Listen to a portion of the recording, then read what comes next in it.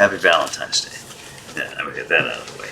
So, I'm going to celebrate Valentine's Day by explaining to you one more time, and this is the last time I'm going to do it, why I have such disdain for the Republican Party. And I get so tired of hearing those of you who are friends of mine saying, why do you always just pick on the Democratic Party and the Republican Party? Democrats do things bad too, or well, you just don't like Donald Trump, or I just don't understand it. Why do you just say Republicans like that's it? It's a thing. And I just glanced at the paper today, and it's like, holy, they're at it again. This is why I detest Republicans. It has nothing to do with diversity, equity, and inclusion. I tend to agree with them on that. I tend to agree with the Trump people on a lot of the cultural issues. Just so many of them.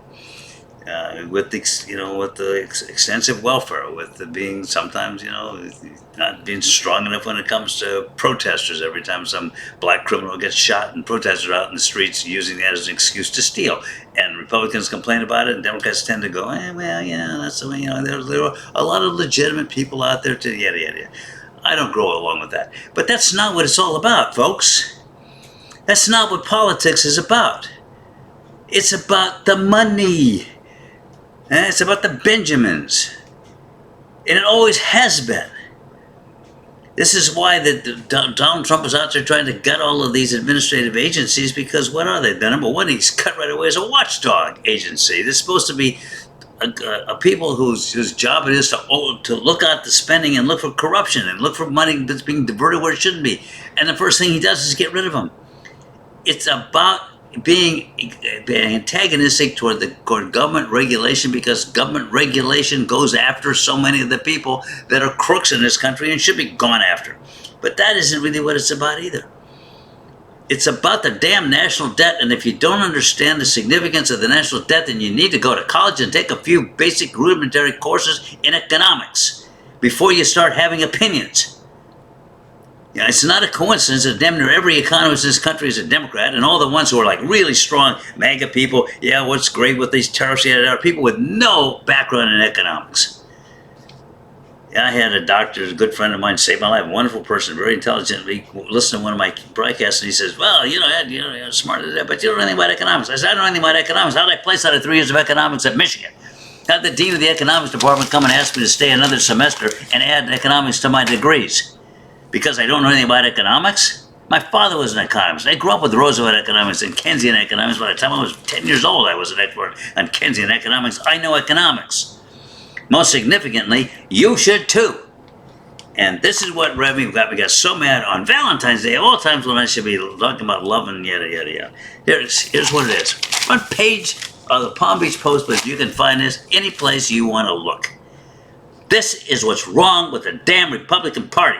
And if you don't get this yet, then there's something wrong with you. You're not listening, or your head is screwed on wrong. The Republican Party is no damn good. And here's the proof right here. Right here, right now. On Wednesday, that's this last Wednesday, this is Friday. Wednesday. Goddamn House Republicans released their long-awaited proposal that would implement, are you listening to me? Damn it. Stop watching television. Pay attention to me. Well, just pay attention to me. Or just stop watching television. I don't know. As you can see, ever since I've turned an age I won't mention, but it begins with a 5 and ends with a 5. That's right. I'm 55 years old. And I look every ounce of it. All right. On Wednesday, goddamn House Republicans released their long-awaited proposal that would implement around $4.5 trillion in tax cuts. Write that out on a piece of paper, what 4.5 trillion is. I remember when the national debt was $300 billion, and everybody was saying, we were going to pay that back. That was before Ronald Reagan came along and just tripled it without even glancing at it. Ronald Reagan, the great president. He was a terrible president. And he's a terrible president because he tripled the national debt. That's just, the national debt is going to destroy this country. We cannot continue to spend this way. And it's not a question of spending, it's a question of offsetting the income that would go to pay for the costs of the government. I'm going to say that again. I want you to listen to this. They want to implement 4.5 trillion in tax cuts. Now, who do you think's getting those 4.5 trillion in tax cuts? You? Well, only if you're making, close to $1 million a year in gross income, adjusted gross of around 450,000 to 500,000. Then you'll start seeing some tax cuts. The big tax cuts are going to the people who are making millions and millions of dollars a year in income, and corporations. Those are the huge tax cuts that are coming down the line. 4.5, what was it, 4.5? Yeah, 4.5 trillion in tax. That's 4.5 trillion in revenue they're taking out of the government. In the meantime, complaining about the national debt. You borrow money when you don't have enough income to pay your bills. You slash 4.5 trillion, you've just added 4.5 trillion to the national debt. Because we're already in debt. But they're going to offset it. Listen to this. Offset with 1.5 trillion to 2 trillion in spending reductions. Well, that's good. Where are those spending reductions going to come from? The military? No. Are they going to come from government contracts to people like Elon Musk? No.